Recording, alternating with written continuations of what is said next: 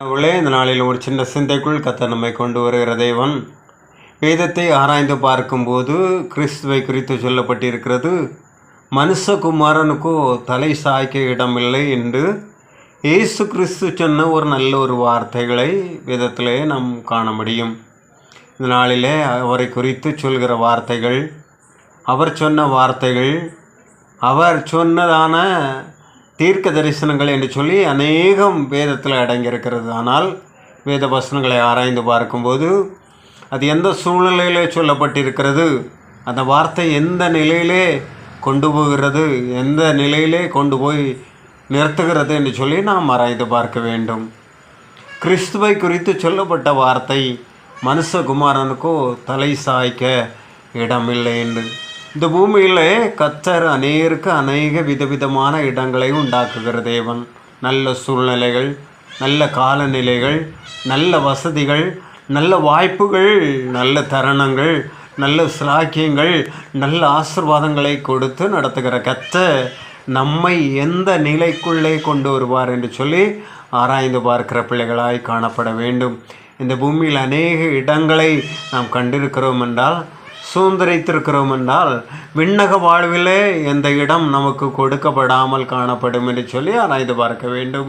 இந்த நாளிலே பூமியில் அநேக இடங்களை நாம் பெற்றுக்கொள்கிறோம் என்றால், விண்ணக வாழ்விலே அநேக இடங்கள் நமக்காய் தூரமாய் கடந்து போகும்.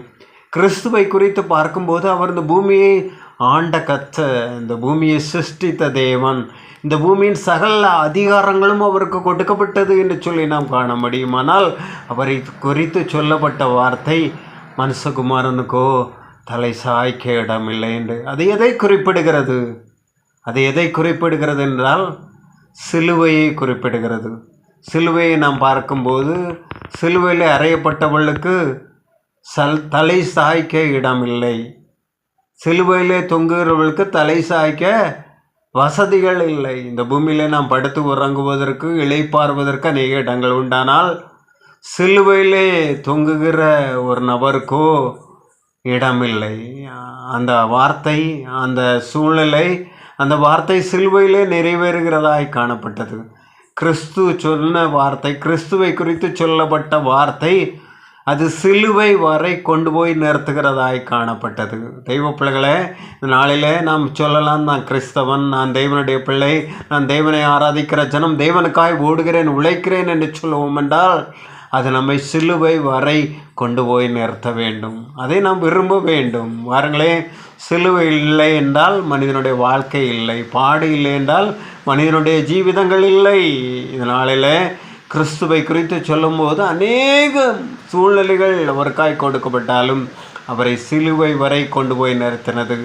ஆகவே தான் அந்த வார்த்தை சிலுவையிலே நிறைவேறினது, மனுஷகுமாரனுக்கோ தலை சாய்க்க இடமில்லை. இதனால் வியாக்கியானங்கள், வெளிப்பாடுகள், தீர்க்க தரிசனங்கள் ஏராளமாக இருக்கலாம். மனிதன் எழுதி வைத்து டைரியை ஃபாலோ பண்ணி கர்த்தருடைய வார்த்தைகளை சொல்லலாம். ஆனால் தேவ வார்த்தை உனக்காய் உரைக்கப்படுகிறது. இந்த நாள் உன் வாழ்வு தேவனால் அழைக்கப்பட்ட வாழ்வாய் இருக்கும் என்றால், உன் தரிசனம் தேவனால் கொடுக்கப்பட்டதாக இருக்கும் என்றால், உன்னை சிலுவை வரை கொண்டு போய் நிறுத்த வேண்டும். இடமில்லாத சூழலை உனக்காய் உருவாக்கப்பட வேண்டும். அவன் கிறிஸ்து எந்த பாதையில் கடந்து போனாரோ அந்த பாதையிலே நீங்கள் பயணிக்க வேண்டும். எத்தனை பேர் ஆயத்தமாக இருக்கிறீங்க? அந்த பூமியில் அநேக இடங்களும் இருக்கலாம். சொல்லுங்கள், நான் இந்த இடத்த வாங்கிட்டேன், இந்த வீட்டை நான் வாங்கிட்டேன், இன்னார் சொன்ன வார்த்தையை எனக்கு நிறைவேற்றானால் சிலுவை வரை நாம் கடந்து போக விரும்புகிறோமா? அந்த பாடுகளை தாண்டி செல்ல நாம் விரும்புகிறோமா?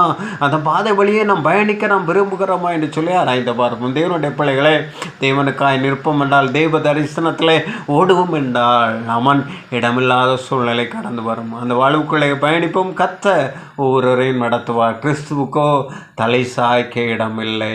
மனிதனுக்கு இடம் உண்டு, ஆனால் கிறிஸ்துவுக்கோ தலை சாய்க்க இடமில்லை என்று சொல்லப்பட்டிருக்கிறது. God bless you.